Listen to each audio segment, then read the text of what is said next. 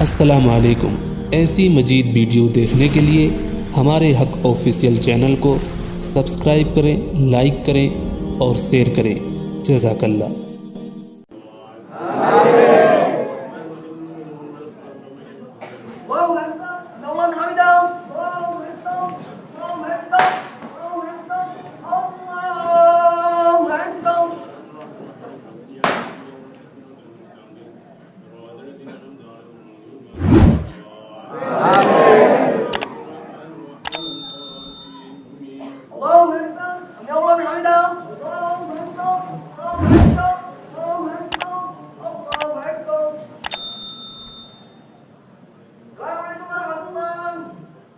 تو اگر یہ بات ہے تو پھر ایسی جگہ تو تراویح پڑھنا جائز نہیں ہے۔ میں تو یہ کہتا ہوں کہ ایسے حافظ کو کان پکڑ کے مسجد سے نکال دینا چاہیے۔ لیکن ایسے حافظوں کو تراویح پڑھانے کی جرت ہوتی کیوں ہے؟ یہ اس لیے جرت ہوتی ہے چونکہ پبلک ایسے ہی حافظوں کو چاہتی ہے، اور ان کو یہ معلوم نہیں ہے کہ بجائے اس کے کہ آپ ثواب کی امید اللہ تعالیٰ سے لگائیں، گناہ مل رہا ہے آپ کی اس حرکت کی وجہ سے، کہ ایک تو یہ کہ قرآن کی توہین ہو رہی ہے، اوپر سے آپ ایسی مسجدوں میں جا رہے ہیں یہ دیکھ کر کہ یہاں تراویح چونکہ جلدی ہوتی ہے لہٰذا اس حافظ کے پیچھے پڑھو، تو آپ نے اس توہین میں اضافہ کیا۔ اللہ تعالیٰ کی کے کلام کی تلاوت اس طرح کرنا یہ اللہ تعالیٰ کے کلام کی توہین ہے۔ جی میرا ایک سوال ہے مفتی صاحب۔ جی سوال یہ ہے کہ ہمارے یہاں جو تراویح پڑھائی جاتی ہے وہ بہت ہی اسپیڈ پڑھائی جاتی ہے، اس کی رفتار بہت تیز پڑھائی جاتی ہے۔ مجھے عربی آتی نہیں لیکن میں ورڈز بھی سمجھ میں نہیں آتی کہ وہ بول کیا رہے، تو اس میں کیا کروں؟ آپ تراویح پڑھنا چھوڑ دیجیے اس مسجد میں، کہ جس مسجد میں قرآن کریم کا مذاق اڑایا جاتا ہو، اور ایک تو یہ کہ بھائی چلو ٹھیک ہے تھوڑا سا تیز رفتار ہے اور کہیں کچھ چھوٹی موٹی تجوید کی غلطیاں ہیں، وہ ضرور وہ کوئی مسئلہ نہیں ہے، یعنی میں نہیں کہہ رہا ہوں وہ ایک آئیڈیل سچویشن ہے، لیکن یہ کہ وہاں پڑھی جا سکتی ہے تراویح۔ اور ایک یہ ہے کہ الفاظ ہی سمجھ میں نہیں آ رہے، اس نے الفاظ کھا رہا، وہ 1 گھنٹے کے اندر وہ 3-4 پارے پڑھ لیتے ہیں اس طریقے سے، اور ان کا یہ ہوتا ہے کہ بھائی پوری تراویح نماز وتر سمیت 1 گھنٹے کے اندر نمٹا دینی ہے، یہ ان کا گول ہوتا ہے، اور اب اس میں الفاظ ادا ہو رہے ہیں نہیں ہو رہے ہیں۔ تو اگر یہ بات ہے تو پھر ایسی جگہ تو تراویح پڑھنا جائز نہیں ہے۔ میں تو یہ کہتا ہوں کہ ایسے حافظ کو کان پکڑ کے مسجد سے نکال دینا چاہیے۔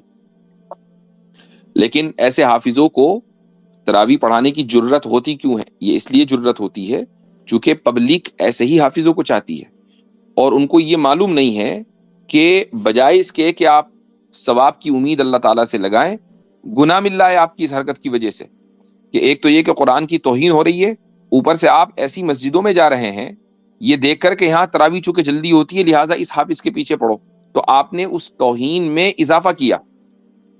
اللہ تعالیٰ کی کے کلام کی تلاوت اس طرح کرنا یہ اللہ تعالیٰ کے کلام کی توہین ہے۔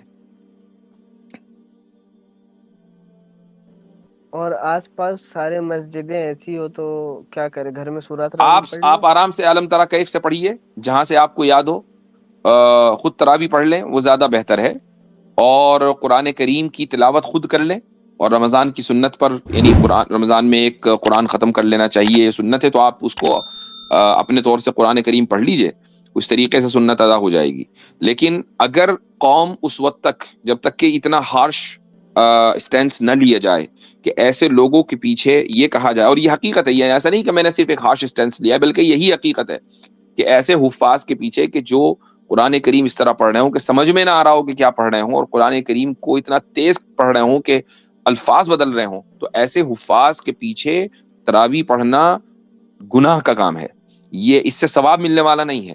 جب تک کہ اس بات کی تشہیر پوری قوم میں نہیں کی جائے گی، مساجد کی اصلاح نہیں ہو سکتی، تراویحوں میں قرآن کریم کو صحیح اس وقت تک نہیں پڑھا جائے گا۔ ایسے حافظوں کو کہا جائے کہ بھئی تم یا تو دوبارہ حفظ کرو یا اب تم اپنے گھر میں بیٹھو۔ آج تو پھر بھی صورتحال بہتر ہے، لیکن آج سے کوئی تقریباً 20-25 سال پہلے تو ہر مسجد کا یہی حشر تھا۔ اب سوشل میڈیا کے نتیجے میں ماشاءاللہ یہ ہوا کہ جو اچھے قرآن کریم پڑھنے والے ہیں تو ان کی تلاوتیں چونکہ مشہور ہو گئی، تو لوگوں کو پتہ چلنے لگا کہ بھئی اچھا قرآن کریم کس طریقے سے پڑھا جاتا ہے، اور اس کا ایک بہت بڑا کریڈٹ جاتا ہے ائمہ حرمین کو، کہ ان کی تلاوتیں چونکہ 90s میں مشہور ہونا شروع ہوئی اور لوگوں کو پتا چلا کہ بھئی قرآن تو اس طریقے سے پڑھتے ہیں تراویحوں میں. اور پھر اس کے بعد سوشل میڈیا آیا تو لوگوں نے جو اچھے اچھے قراء تھے, حفاظ تھے, انہوں نے اپنی تراویح ڈالنی شروع کی, لوگوں نے اس کو اپریشیٹ کیا. تو پھر کچھ لوگوں کو اندازہ ہوا. تو اب آج کچھ شہروں میں, کچھ علاقوں میں ذرا صورتحال مختلف ہے. آج سے 20-25 سال پہلے تو صورتحال بہت بری تھی. حبیب ندوی صاحب آپ کچھ کہہ رہے تھے؟ نہیں مجھ سے بس میں یہ ایڈ کرنا چاہ رہا تھا کہ ایسے موقع پر جو ہے پبلک میں بہت سے ایسے لوگ ہوتے ہیں, جب ایسی باتیں مسجدوں میں بتائی جائیں, خاص طور سے جمعے وغیرہ میں, تو بہت سے لوگ ایسے ہوتے ہیں جو اس خطیب کے خلاف ہی ہو جاتے ہیں اور ایسے حافظوں کا ساتھ دینے لگتے ہیں.